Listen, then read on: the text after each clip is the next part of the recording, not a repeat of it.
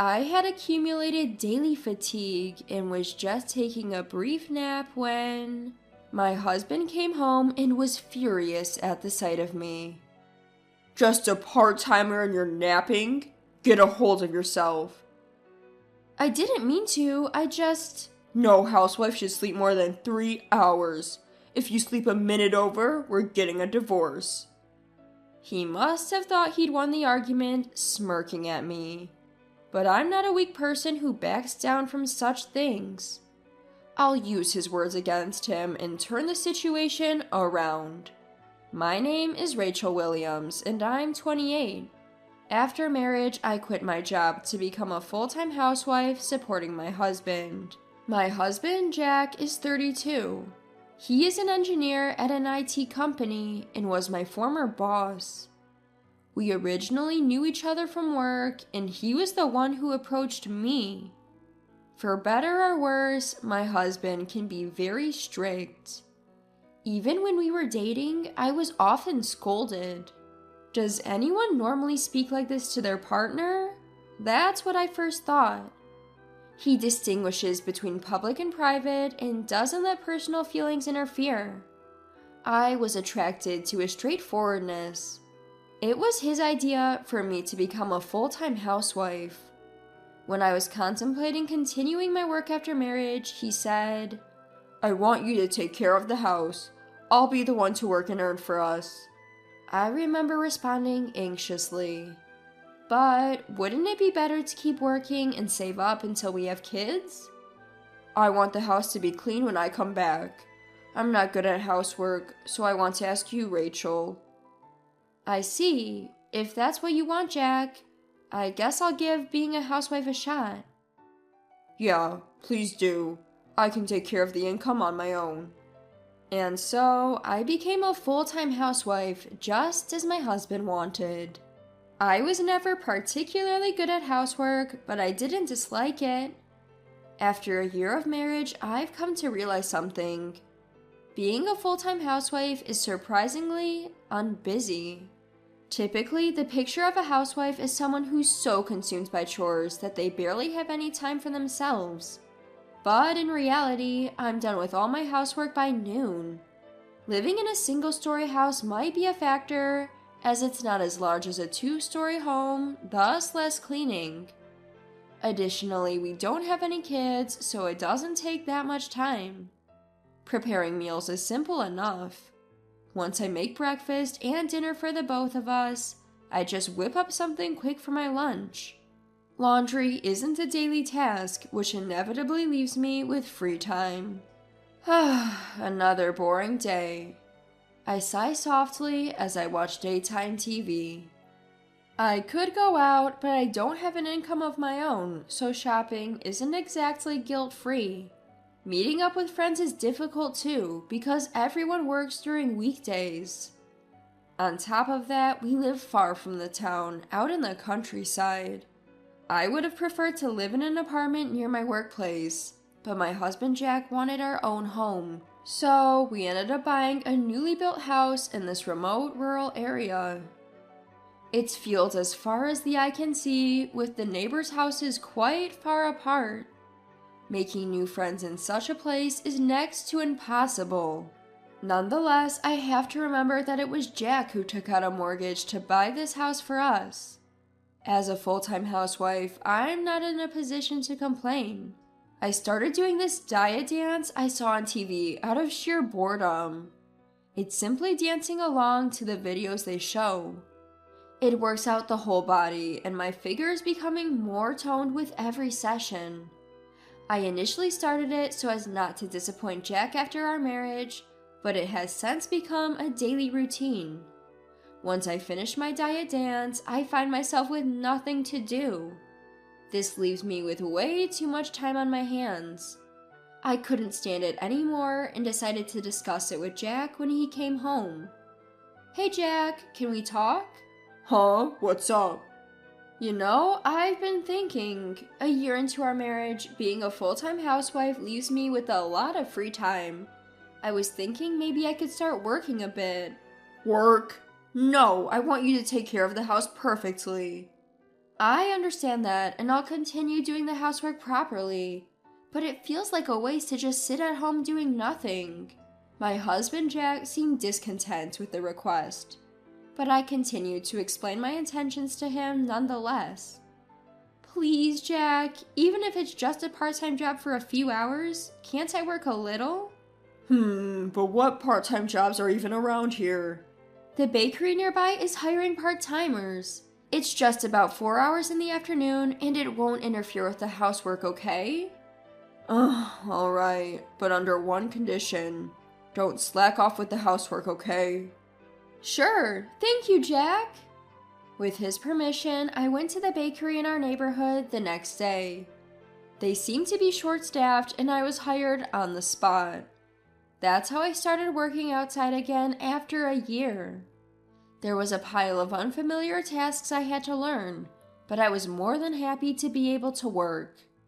Maybe because my daily life became a bit tougher, I started sleeping more soundly than before. Then, one day, my usual 5 p.m. part-time shift ended up being extended until 6 p.m. I rushed home and started preparing dinner, but Jack got home before it was ready. I'm home. What's going on? Is dinner not ready yet? I'm sorry, I just got home myself. We had a lot of customers today, so I had to stay until 6 p.m. Overtime. But it'll be ready soon. Jack, please have a seat and wait. Then, suddenly, I heard Jack's loud tisk. I stopped my hands in surprise and saw him glaring at me with a fierce expression. Jack? This is exactly why I told you to stay a housewife. I knew from the start that the housework would be neglected. Wait a minute, today was just a one-time thing. Don't talk back. Didn't we promise that you won't slack off on the housework? Despite that, what's with this situation? Are you mocking me? I'm not trying to mock you. I was taken aback by Jack's expression, which I had never seen before, and my voice trembled in fear. I was so scared that my legs gave out and I dropped the spatula. Regardless of my state, he continued to yell at me. If something like this happens again, I'm going to make you quit your part-time job, got it? If you're fine with that, then go ahead. I mean it. Leaving these words behind, Jack hurriedly left, saying, I'm going out to eat. Released from my anxiety, my tears began to flow uncontrollably. Why did he get so angry just because I was a bit late? It was just because work ran late today. I mulled over my actions, but I could not comprehend his anger. From that day on, Jack's patriarchal behavior escalated. He treated me as if I was a maid. Hey, when will you finally get it together and make a decent packed lunch? This is disgusting. I'm sorry, but I made the fried chicken you liked today. How many times have I told you not to talk back? Because of your terrible lunches, I've been forced to buy convenience store meals for lunch. I'll deduct that from next month's household expenses, got it? But you've been steadily reducing the budget compared to before. It's already a stretch as it is. Shut up. All of this is because you're incapable. Or what? Are you saying we should divorce now, huh? Jack pulled out a filled-out divorce form from his bag and thrust it in front of me. I had no choice but to apologize. I knelt there, begging for forgiveness until he was satisfied. I'm sorry. Living through this hell, the word divorce gradually started to flicker in my mind. But I was just a part-timer with no life skills. I could hardly muster the courage to take the step towards divorce. I gradually got used to waking up at 5 a.m. and quietly cleaned the house and prepared breakfast.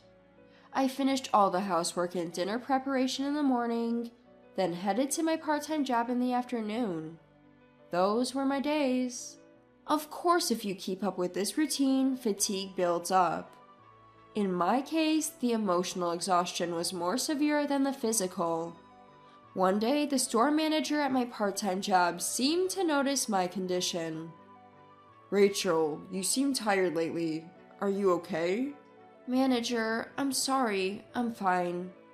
You look awfully pale. It's slow today. Why don't you clock out early? But... No buts. Consider it a thank you for your hard work. Take one of those freshly baked breads we just made.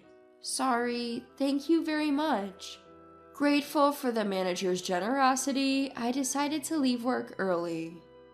As soon as I got home, I surrendered to my fatigue and collapsed onto the couch.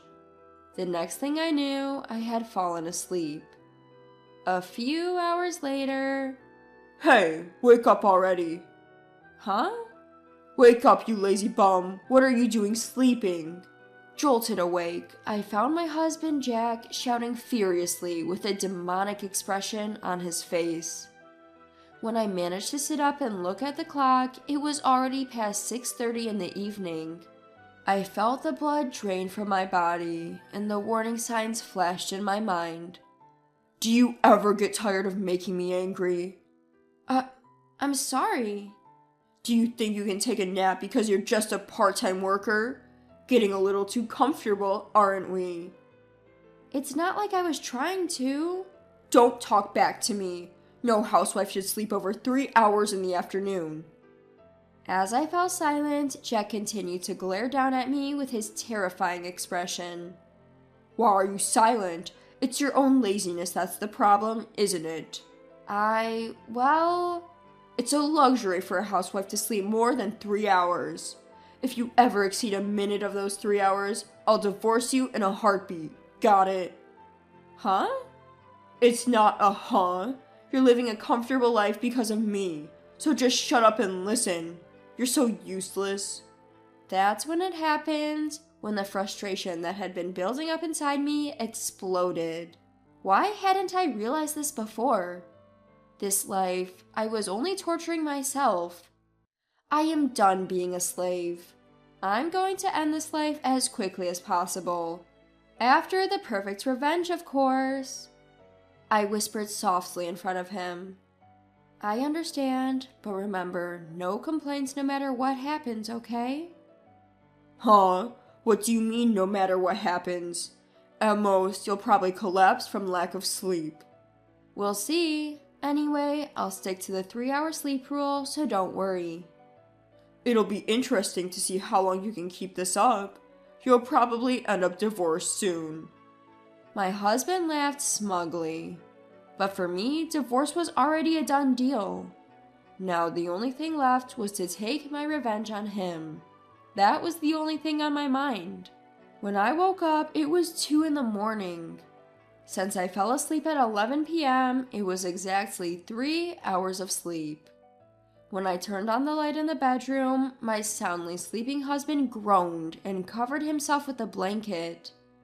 Ignoring him, I took out the vacuum cleaner and started cleaning the room. Surprised by the sound, my husband jumped up and yelled at me. Hey, what are you doing? Do you even know what time it is? Huh? It's just a bit past 2 a.m. Are you nuts? Why the hell are you vacuuming at this ungodly hour? Show some common sense.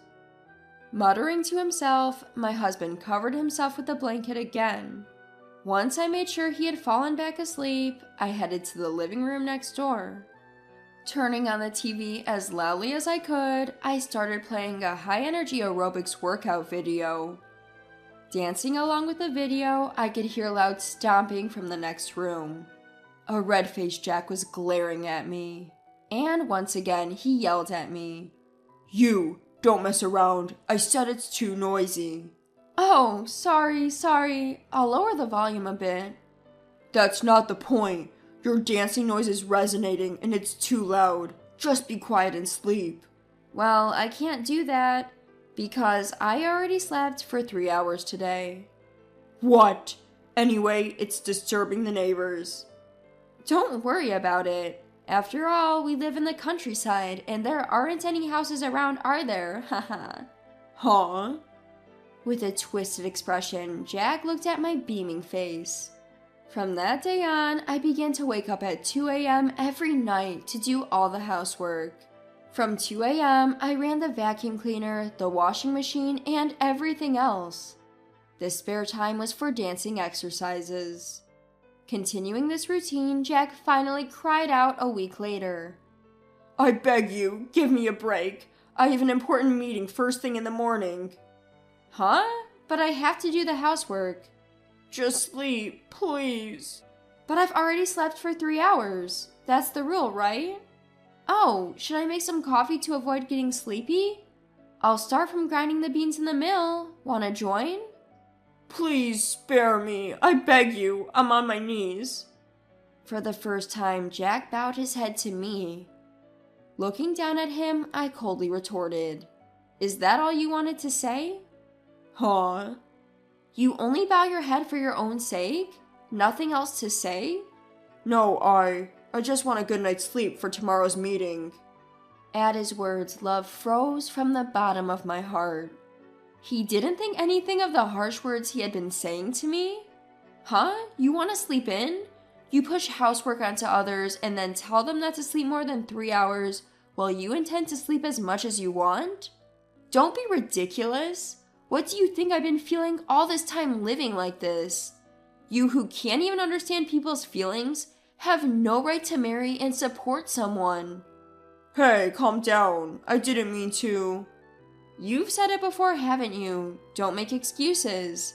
I'll throw those words right back at you. Instead of making excuses, how about just saying, I'm sorry.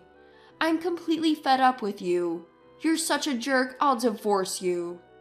I pulled out the divorce papers from his bag and filled them out on the spot.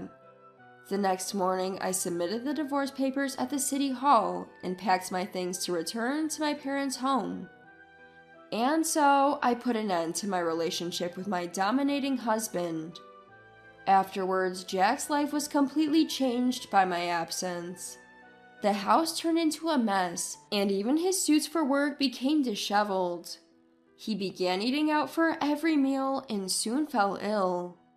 He started going to work looking worse every day, and people at work began distancing themselves from him. Hey, did you hear that Jack got dumped by his wife? That's plausible. Jack is harsh to others, but super lenient with himself. And not very competent either. Whispered gossip began to spread, and it became increasingly uncomfortable for him at work. I heard he's been absent without permission a lot lately.